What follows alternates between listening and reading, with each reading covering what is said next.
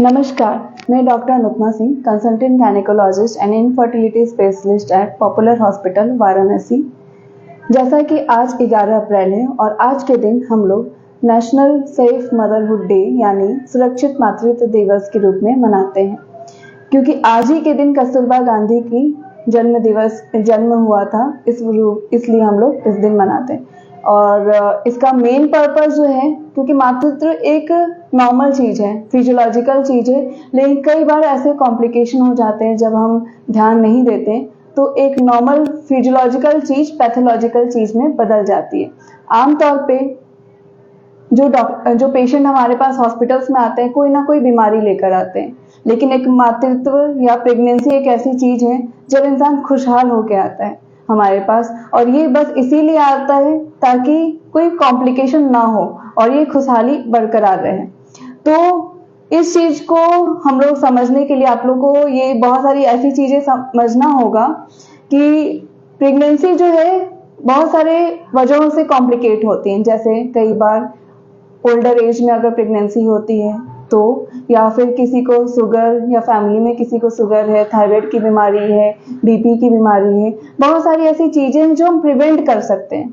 उसको अगर हम प्रेगनेंसी प्लान कर रहे हैं तो उसके पहले ही अगर जांचें करा लें, उसको ट्रीट करके फिर प्रेगनेंसी प्लान करें। और जब प्रेगनेंसी है तो आप प्रेगनेंसी में भी रेगुलर आप विजिट करो, रेगुलर चेकअप कराओ, और डिलीवरी भी इंस्टीट्यूशनल डिलीवरी कराओ। पहले आमतौर पे जो डिलीवरी होती थी घर ही पे हो जाती थी, लेकिन आजकल सरकार हॉस्पिटल में डिलीवरी के लिए फोकस करती है। क्यों? क्योंकि डिलीवरी अगर घर पे भी हो जाती है, बहुत सारी ऐसी चीजें होती है कि डिलीवरी के बाद औरत की जान को खतरा हो जाता है, तो वो सारी चीजें प्रिवेंट हो पाए। तो एक सेफ मदरहुड के लिए, एक सुरक्षित मातृत्व के लिए इम्पोर्टेंट है कि जो एक लड़की है, जब से उसकी प्यूबर्टी, जैसे उसका पीरियड आने लगता है, उस टाइम से हम ध्यान दें कि उसके मेंसेज के बारे में ध्यान दें कि उसकी जो पीरियड आ रही है वो सही से आ रही है कि नहीं, उसकी जो भी प्रॉब्लम्स है हम टाइमली ठीक करें। प्लस जो खाना पीना है एक लड़की का, वो भी बहुत ही अच्छे से ध्यान देना है कि उसको आयरन वाली चीजें अच्छी खानी है। जैसे अंकुरित चना आप उनको खिला सकते हैं, क्योंकि पीरियड जब भी आता है ब्लड लॉस होता ही होता है हर महीने, और इस वजह से खून कम होता है लड़कियों का। तो हमें आयरन वाली चीजें ज्यादा खिलानी है, क्योंकि इससे खून बढ़ता है। जैसे अंकुरित चना, गुड़, केला, हरी सब्जियां इत्यादि। और इसके साथ हम लोग विटामिन सी वाली चीजें भी लेना चाहिए, जैसे नींबू का रस हो गया, नींबू पानी आप पी लो, या फिर ऑरेंज जूस हो गया, मौसमी का जूस हो गया, ये सब आप ज्यादा से ज्यादा लो। प्लस दूध का भी सेवन बहुत ही ज्यादा जरूरी है, ताकि शरीर में कैल्शियम और विटामिन D3 की भी कमी ना हो।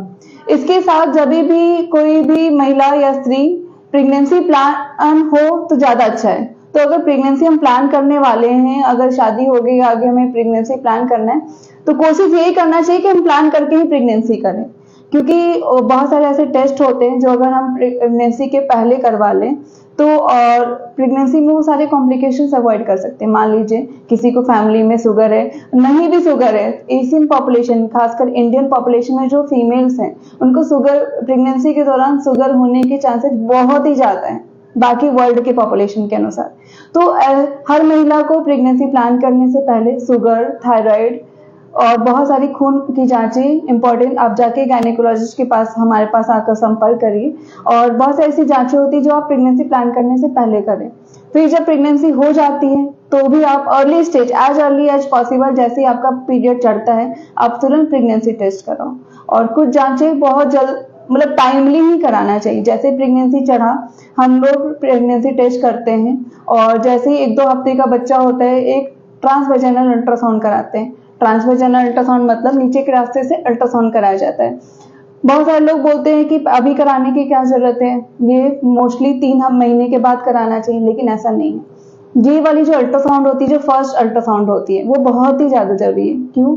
क्योंकि उससे हम लोग पता लगाते हैं कि बच्चा जो है बचदानी के अंदर है, या नली में है, या फिर अंडाशय में है।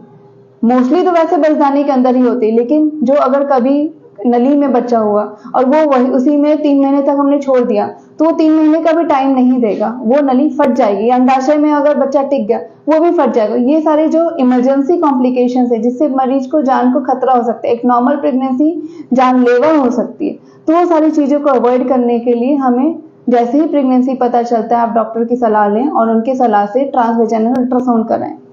और उससे एक और चीज ये भी पता चलती है, अगर जुड़वा बच्चे हैं तो भी पता चल जाता है कि जुड़वा बच्चे हैं, एक बच्चा है, और बाकी और भी चीजें, यूट्रस में कोई प्रॉब्लम है, गठान है, अंडाशय में कोई गठान है, उस टाइम भी ये सारी चीजें पता चल जाती।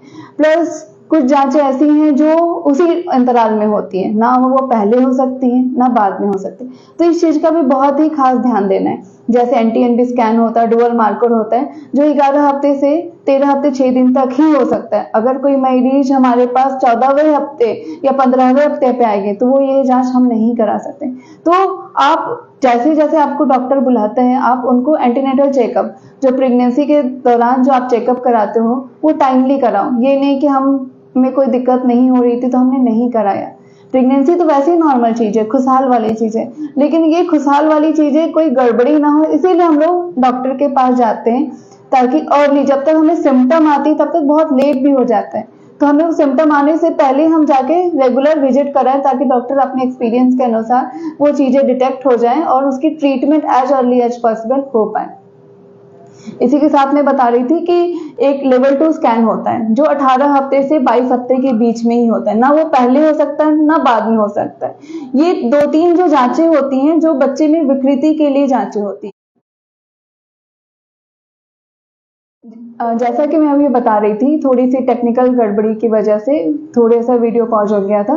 तो जो हम लोग लेवल 2 स्कैन एक बहुत ही दौरान कराया जाता है, जो 18 से 22 हफ्ते के बीच में ही कराना चाहिए। जैसा कि मैं बता रही थी कि लेवल 2 स्कैन में हम लोग बच्चे की डिटेल एनॉमली स्कैन करते हैं, मतलब बच्चे के सिर में कोई दिक्कत तो नहीं, रीढ़ की हड्डी सही है कि नहीं, उसकी जो लिम्ब है, मतलब हाथ पैर जो बने बनावट उसकी सही है कि नहीं, गुर्दा, किडनी, गुर्दा, लिवर, ये सब भी सही है कि नहीं।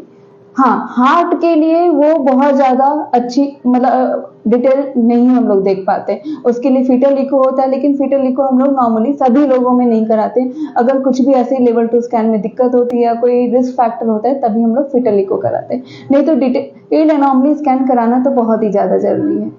जैसा कि मैं बता रही थी, ये जरूरी नहीं कि घर में किसी को विकृति हो तभी कराएं, सभी को ये जांच कराना ही चाहिए, क्योंकि आजकल के पॉल्यूशन, खान पीन में जो चेंजेस हुए हैं पहले से, तो बच्चे में विकृति होने के चांसेस भी बढ़ गए।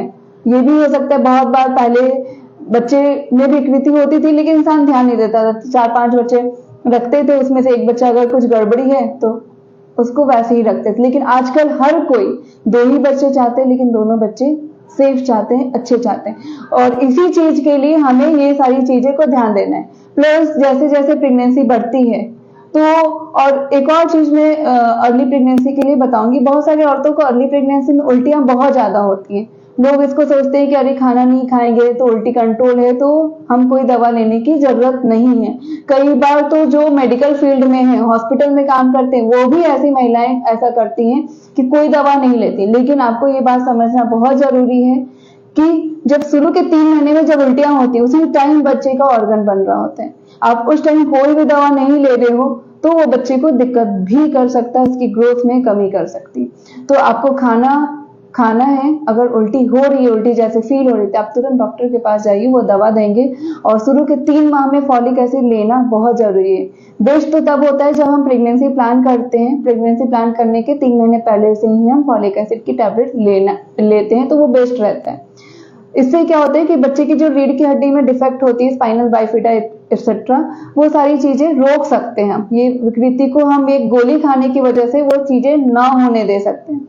और जैसे जैसे समय आता है डॉक्टर आपको बताएंगे कि बच्चे की ग्रोथ सही है कि नहीं, खेड़ी कहाँ पे है, बाकी और भी चीजों की जानकारी देंगे, बच्चे के आसपास का पानी कैसा है, उस सब के हिसाब से आपकी डिलीवरी प्लान की जाएगी।